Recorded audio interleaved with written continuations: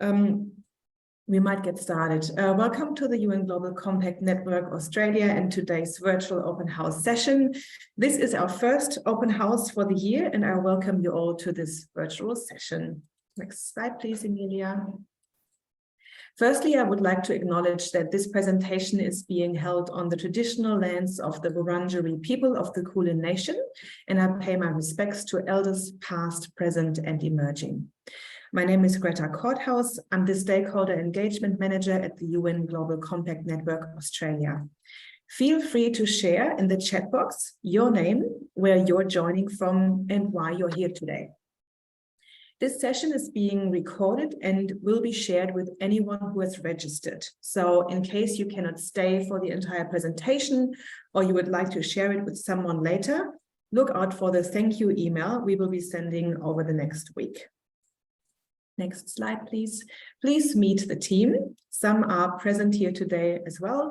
We are 8 staff based in Melbourne, Sydney, and Hobart. And on this call today is Emilia Maubach, Marketing and Communications Manager, managing everything in the background. Next slide, please, Emilia. Before we begin, I'd like to run over housekeeping. You can use the chat function to introduce yourself and to find links that we will be sharing during today's presentation. There will be a fair few. There's a lot to share. The chat function also allows you to ask questions at any time. However, I'll be answering questions after the presentation only. Please, if you can, leave your video or camera on to keep this a little bit more colorful and to put some faces and names together. And if you have any technical issues, please contact us on the number listed on the slide on the bottom right-hand side. And again, we will have time to respond to questions that have come through at the end of this session. Next slide, please. So in today's presentation, we will introduce ourselves both on the global and local level. We will talk about how we support business, talk you through the benefits and the business case of joining the UN Global Compact, and explain how you can join the initiative. And we will answer your questions. So with that, let's start at the beginning, really.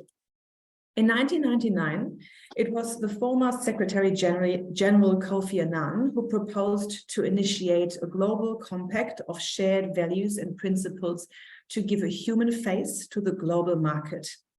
40 companies and their CEOs signed up at that time to create what is now the UN Global Compact. That was 23 years ago. Next slide. The UN Global Compact, or UNGC, is now the world's largest sustainability initiative. Participating organizations commit to align their strategies and operations with the 10 principles and also commit to advance the UN Sustainable Development Goals, the SDGs. The 10 principles cover human rights, labor, environment, and anti-corruption, and they are at the heart of the Global Compact. Every CEO of participating companies of the UNGC commits to embedding these principles into their business strategy and business operations. They are a common ethical and practical framework for operationalizing corporate responsibility. In addition, we have mandate to deliver the Sustainable Development Goals. They are a set of goals that articulate clearly what we mean by the world that we all want. They represent aspirational long-term targets for businesses and other stakeholders, and working in valued and principled way towards a set of ambitious goals is the way that we together can deliver the world that we all want. Next slide, please, Emilia. Thank you. Since that time of early leadership and development of this set of principles, many organizations have joined. Participation has grown with over 17,000 companies across 163 countries, working in partnership with 3,800 and more non-business participants in a multi-sector approach. We can drive scale in a way that no other corporate sustainability initiative can, because we have 64 local networks, such as us, with local and regional activities to help companies to deliver according to these principles. In Australia, in particular, we have over 250 business participants in the network contributing to the sustainability agenda, but also non-business participants such as civil society, academia, and associations working with us. Emilia is sharing the link to our page of local participants now, so you can have a look at who is part of the initiative. Next slide, please. Now, why join the Global Compact? We know that the world is not on track to deliver on the SDGs. If we look at gender, at the rate we are going now, it will take 268 years to close the economic gender gap globally. A significant point is that before COVID-19, it was 257 years, so there has been a loss in progress due to the pandemic. We also know about the climate change issue as we're tracking towards 3 degrees, with global warming predicted to reach over 3 degrees Celsius by 2100. On bribery and corruption, the annual cost of bribery is $1.5 to $2 trillion lost, which is 2% of the global GDP. Overall, we are 62 years behind schedule on the Social Progress Index. Next slide, please. So the focus is on scaling impact collectively and through collaboration. We mobilize a global movement of sustainable companies and stakeholders to create the world we all want. Next slide, please. We have identified 7 focus areas, also known as our lead and shape areas, where the business community can have a strong impact. We've designed a portfolio of initiatives to help you deliver on them. They are human rights, labor and decent work, climate change, anti-corruption, gender equality, SDG integration, which means how to integrate the sustainable development goals across your business and how to use them for innovation purposes, and transformational governance. These areas are at the heart of the UNGC 10 principles and the UN SDGs. Next slide, please. To bring the ambition alive, the UN Global Compact together with the UNGC&A support companies in the following 4 ways: connect, learn, lead, and communicate. In the next couple of minutes, we will walk through this in a bit more detail. Let's start with connect. Next slide, please. Here you see some of our global and regional flagship events. These events are complementary and open to all employees within our participants. With over 30,000 event attendees on an annual basis, our events offer unparalleled networking opportunities with industry leaders and peers. Events offer high-level multi-stakeholder dialogues, local knowledge, and support on the implementation of strategies, partnership, and leadership examples. In addition to in-person experiences, the online access is always complimentary to all our participating companies and employees. And on this slide, some 2023 events have been outlined. For example, the UN General Assembly High-Level Week in September, and the SDG Summit, which is a UN event that will mark the halfway point to the UN's 2030 Agenda for Sustainable Development. This critical milestone will be an important opportunity for companies, along with other stakeholders, to announce ambitious and credible actions and targets. The next slide, please. Thank you. Here are local events coming up over the next 2 months, and Emilia will be sharing our local events page with you now. You won't see our offering for the whole year here because next Tuesday, 28th of March, we are holding our inaugural 2023 program launch, which will go into more detail, and I certainly don't want to steal the thunder of our programs team. So next slide, please. This is the perfect moment to invite you to our 2023 program launch. Again, next Tuesday, 28th of March. You will get a chance to meet our chair of the board, Fiona Reynolds, as well as our programs team, who will be launching the 2023 programmatic offering and everything that's in the pipeline. Emilia is sharing the registration link to this event. We will be covering offerings from our Business and Human Rights Workstream, the Anti-Bribery and Anti-Corruption Workstream, or ABC as we call it, our environment and climate change work stream, as well as offerings pertaining to governance and the overall integration of the SDGs. The event is open to anyone interested in the programmatic offering of the UN Global Compact Network Australia, and we invite you to attend this online presentation. Next slide, please. But to give you an overview of the type of events that we run, look at this slide. There are several regional and thematic events, and these offer a range of engagement opportunities. So last year, the local network here in Australia hosted over 35 events, including large dialogues and forums. So what you can see on this slide is a high-level overview of our offering, but allow me to pick some highlights now. Next slide, please. We offer a modern slavery community of practice for businesses as well as for SMEs. After much success of the modern slavery community of practice, or MSCOP as we called it, for the business community, we have decided to hold one specifically for SMEs who are often also impacted by this legislation, so to report against the Modern Slavery Act, as they are suppliers to larger companies. This is a by invitation only offering to our participants, and it is held virtually. We run 3 accelerator programs this year, and I'll provide some more information on those in a minute. Regarding the presentations and publications box on the right-hand side of the slide, please note that even if you can't attend, these sessions will get recorded, and the link to those recordings will be shared with anyone who has registered. For interested businesses or those who need a bit of a refresher about the history and purpose of the UN Global Compact, we're holding sessions such as today's virtual open house session and participant benefits presentations, SME benefits presentations, and we have an insight series, and these recordings are available on our YouTube channel as well. Now, let's look into learning opportunities and the accelerators. So next slide, and then next slide again. We offer 3 accelerator programs that run over 6 months, focusing on specific thematic areas. Accelerator programs are very suitable for both SMEs and larger organizations and present a great peer learning and networking opportunity.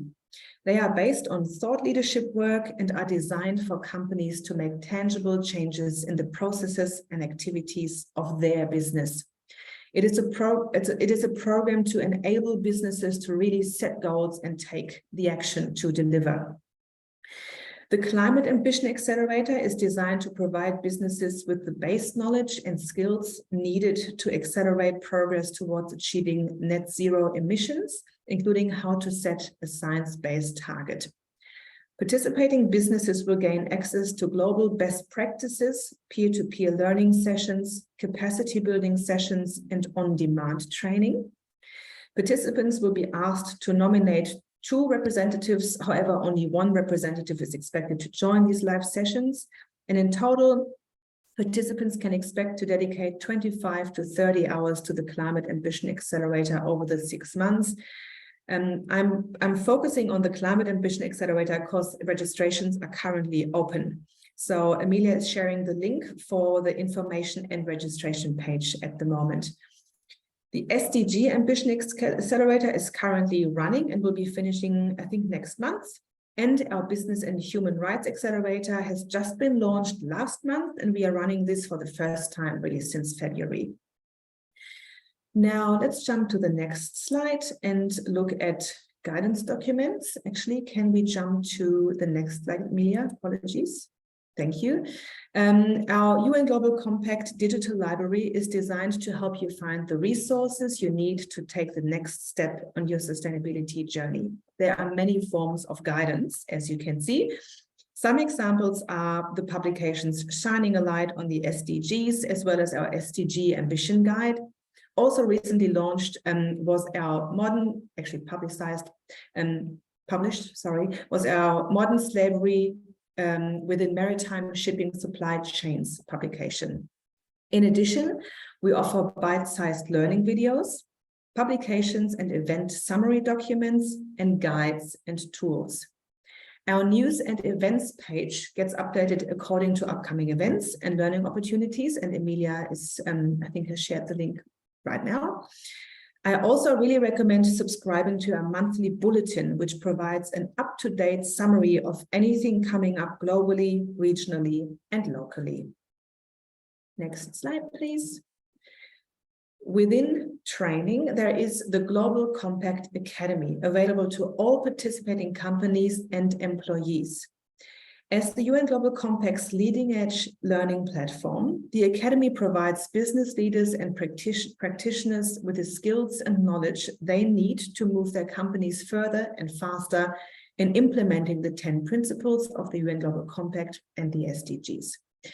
All employees of companies participating in the UN Global Compact have access to the Academy through innovative learning experiences across key topics and languages.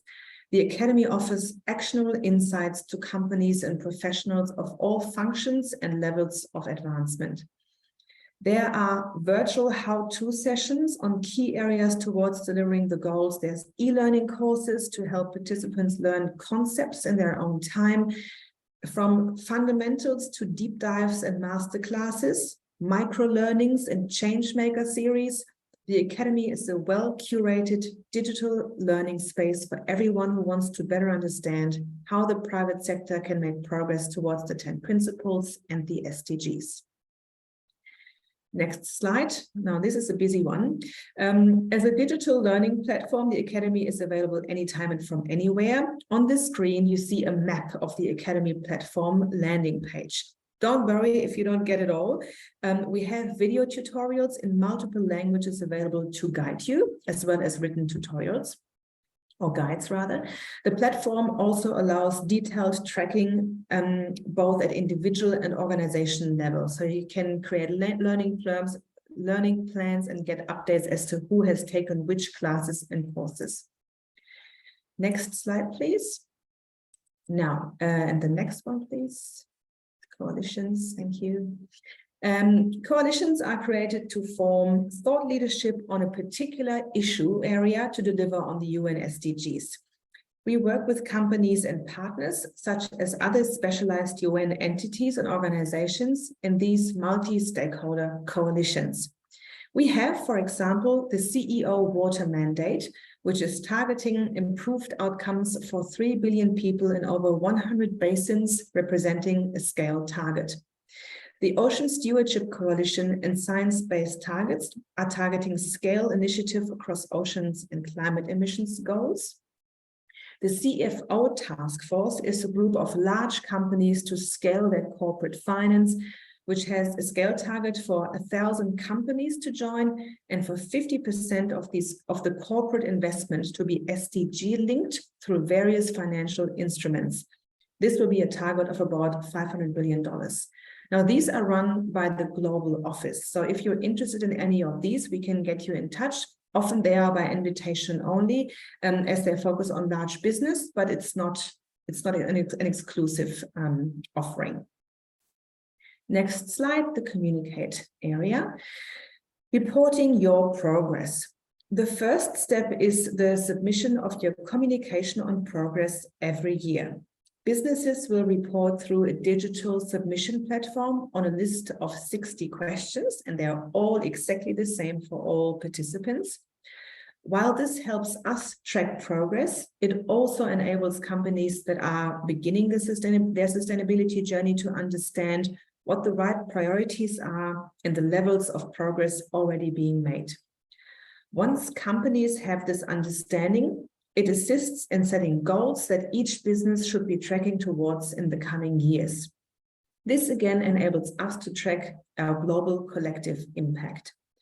The data platform will be public and available to everyone to be able to look at sectors, goals, and functioning practices. And this is a way of disclosing progress. All information about the communication on progress can be found via the link that Emilia is now sharing. Next slide, please. All participants of the UN Global Compact get a participant profile. This screen shows an example of the global profile on the left, and all participants are listed globally. And on the right-hand side, you can see the company profile on the local network page, in this case, our page here in Australia. Next slide, please. You can communicate your participation in the UN Global Compact to your key stakeholders by using our media toolkit, which will help amplify your sustainability story. That will be made available once you've joined on the global level. And now let's look at the business case. Sustainability is not only a good agenda for creating the world we want for people, planet, and society, it is also a good agenda for business and profitability. Next slide, please. This business case model shows, based on data and studies, that when a company embeds sustainability in its strategy and practices, it leads to improved customer loyalty, and that's not surprising because many consumers and customers alike are looking for sustainable products and sustainable solutions. It leads to improved employee relations. The brightest young people coming out of university all want to work for a purpose-driven company with a clear commitment to society and the environment. It also leads to improved innovation. We see more innovative products meeting customer needs coming out of these companies. Companies that embed sustainability in their strategy also see strong operational efficiency and risk management, improved sales and marketing practices, as well as improved supplier relations, where you really understand the commitment to people throughout the supply chain. All of this together drives better profitability, higher corporate valuation, and lower cost of capital. Next slide, please. Let's look at how you can join. It's actually fairly easy. The first step is to review the application guidelines. The second step is the preparation of your letter of commitment. In this letter, your organization commits to the 10 principles and to together help us achieve the sustainable development goals. The third step is to fill out the online application form. And again, Amelia has just shared a link to the page where you can do all of this. Next slide, please. Excuse me. A summary of the benefits. The UN Global Compact provides a universal language for corporate responsibility and provides a framework to guide all businesses regardless of size, complexity, or location. We are your guide every step of the way. We'll help you commit to, assess, define, implement, measure, and communicate your sustainability strategy. UNGCNA participants have unprecedented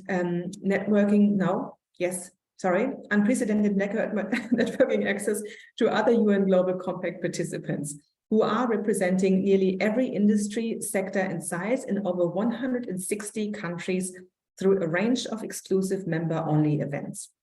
And they help shape the national and international dialogue through the UNGC's thought leadership work and consultations with the government on emerging and critical issues. They have access to partnerships and other opportunities for collaboration with a range of stakeholders to really share best practices and emerging solutions. So let's look at next steps. And here's a recap of how you can join the Global Compact.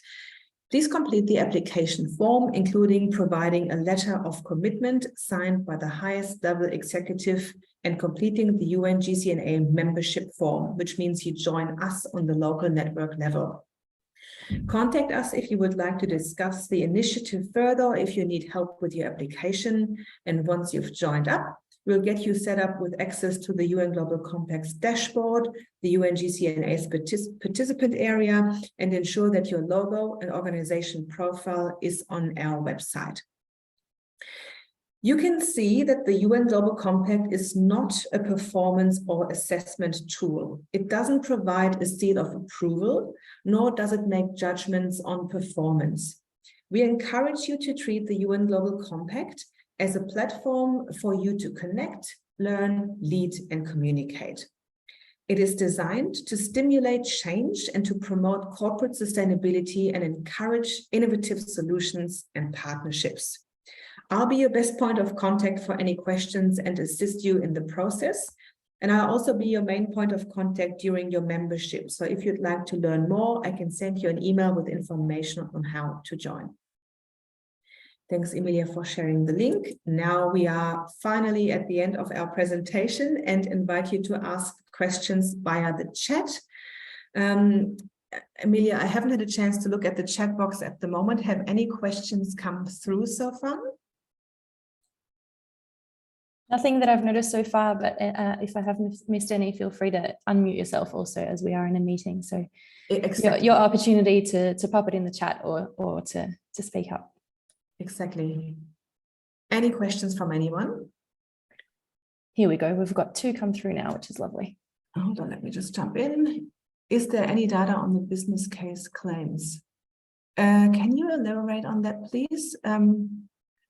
The business case. Oh, sorry. Yes, I understand what you mean. This is the business case slide refers mainly to the CEO study done by the UN Global Compact together with Accenture that is available online globally, I understand. So it refers to that. There is more in the background to that. I can send you some links if you are interested in that. If you're not for profit, does the annual fee change? Very good question. So the fee structure is based on your annual revenue in Australia in US dollars. That's one of those United Nations things, whereby not-for-profits, which fall into the non-business category, are on the lowest fee level.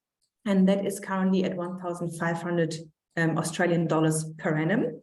We charge on a calendar year basis. So invoices go out at the end of the year for the following calendar year. So if you were to join today, we would invoice you pro rata. So we would take out the first 3 months of this year, so take 25% off and invoice you for the remainder of the year. The fee structure I can share with you, just reach out to me via email. It is a tiered approach, so the higher the annual revenue, the higher the fee per annum.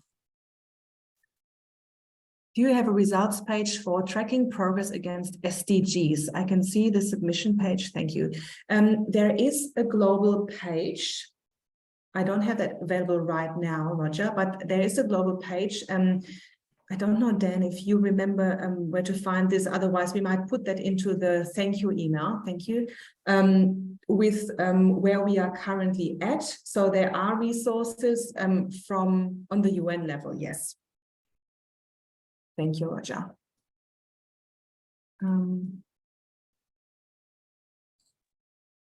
Let me just read the question. Sorry, guys.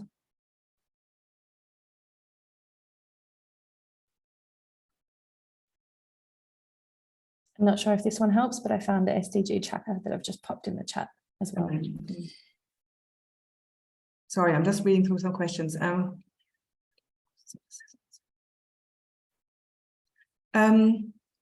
We have a question about the importance of assessments of other sustainability ratings. What I can say to that is that our communication on progress is aligned, not fully, we don't want to replicate anything, but it's aligned to the GRI, the CDP, the UNGPs, and I think one more framework that I currently cannot recall, but again, I can make that available later. The idea for us is not to scrutinize our participants. There's no pass or fail. We look at the data to see where the business community is at, where we can find thought leadership, but also where we have identified gaps that we then can address with the programmatic offering we give to our participants on the local, regional, and global level.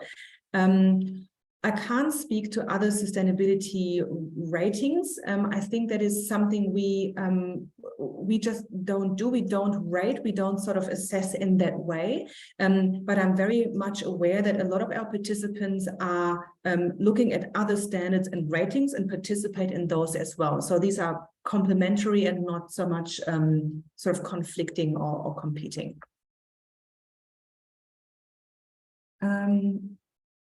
Sorry, I'm just going to look at questions again. I think a couple of questions have come through twice. Sorry. The business fees, Emilia, I'm not sure if I'm going to put you on the spot with this, but we might have an actual fee page link we could share. Otherwise, we'll just add those into the summary and thank you email we'll be sending out to registered contacts. I'll have a look, but I'll definitely put it in the post-event email for everybody. Thanks very much. Could you explain the multi-stakeholder coalitions? Is it just specific events and resources according to those areas? That's a very good question, and I am currently working on getting a better understanding of this, because on the local network level, we haven't been directly involved with that so much. So what happens is that the global office runs coalitions, which are set out for the long term, and the global office looks for participants who are thought leaders in specific areas. Let's say, water stewardship coalition, and can speak on the global level as to what they are doing in that field on a continuous basis. So there are specific, events and publications and activities going on, but this is a longer. We go into this with a long-term view, and the main interaction takes place between the global office and the participant directly. We make the contact, if that makes sense. Would you suggest a necessary first step or pre-joining step for business considering joining the compact, i.e., should we do homework first or ensure anything is in place first? No. I would say definitely not. I think you are at any stage and at any maturity level of your business more than welcome to join the global compact. There is no pass or fail. We don't test you or check where your organization is at when it comes to your sustainability sort of maturity. In fact, we would like to hear from you as to which areas you need help in. We have specific offerings that are for beginners and that are sort of covering fundamental information. But then as you progress, we have content that will sort of take you by the hand and take you to where you want to get to. So no, I don't think there's any homework you need to do. But if you are concerned about any areas, we can definitely set up a call. I'll talk you through the requirements that participants have. Really, the only technical requirement there is the annual submission of your communication on progress. To that, I also need to say that if you are a subsidiary to an overseas parent company, then you don't have to submit your own communication on progress, as we assume that you feed your reporting through headquarters and they will be submitting the COP, as we call it. Thank you, Dan, for sharing that link. And I just saw that someone has their hand up. Please speak up if you like. I can't see all of your faces in one go at the moment. Any questions? Anyone? Anyone else? Any questions? I'm just trying to think what else I can offer. I think one really important and interesting session will be next Tuesday's 2023 programs launch, because you will get to meet not just the chair of the board, but the programs team, who are our subject matter experts and those who run, let me say colloquially, who run the show and sort of cover those 4 areas that we talked about before. So environment and climate change, anti-bribery, anti-corruption, the overall integration of the SDGs in business and human rights. There's a fair few things in the pipeline on the local network level at the moment. At the same time, we have just finished the annual local network forum in New York, which sees all the local networks get together in person annually to discuss what we've done in the past year. We take stock and then do some strategic planning for the next year, or in this case, next 2 years. And there's a lot of very exciting offerings in the making. I'm just going to throw out the SDG movements here, which will be an additional offering that is new to all participants, helping companies to advance on the global goals. We also are upgrading the academy even more. I cannot emphasize enough what a fantastic learning platform it is. Again, every single employee can access the Academy once you are a participant. So when you sign up, you can share a link with everyone within your organization. They can request access and then dive in. Again, you can create learning plans for your teams and send certain departments to certain offerings. You can get overviews as to who in the team has taken which classes and courses, so you can request reports. And currently we are discussing with the Global Academy team to offer a section that allows us, the local networks, to upload our own video recordings of sessions we think that our participants are interested in and they might have missed in the past. We will also work much more closely with academia to provide content that is relevant to emerging leaders. So those who are at the universities now and want to better understand the importance of sustainability implementation into business operations and leadership. Are there any further questions? I've just popped a couple of links in the chat for everybody. One is the 2023 fee structure, and one is a flyer about our offerings. So 2-page summary of some of the things we've covered today, just in case that helps internally as well. Amazing. And I just saw a question from Rosanna. Thank you. What is the current waiting time between application and approval activation? On average, I would say 2 to 3 weeks. When you apply on the global level, again, you need to submit a letter of commitment first, signed by the highest level executive, and obviously fill in an online form. If anything is missing in that space, the global applications team will reach out to you and request that information. And depending on how long it takes for you to get back, it might sort of push out the approval. Once you have been approved globally, we are notified on the local network level. We'll reach out to you with an email that has the local membership form attached, and that can be done within 1 day. So you can join on the day. However, we will be sending you an invoice, of course, as well. So there's one more comment to make on this. If you are what we call a micro organization, so an SME that has less than 10 staff, then the review of your application falls into our field of responsibility on the local network level, and that might mean it can take up to 3 or 4 weeks to review your application. If you ever need to have an application accelerated because you want to, for example, report on having been approved to the board, reach out. We can definitely prioritize the review of your application.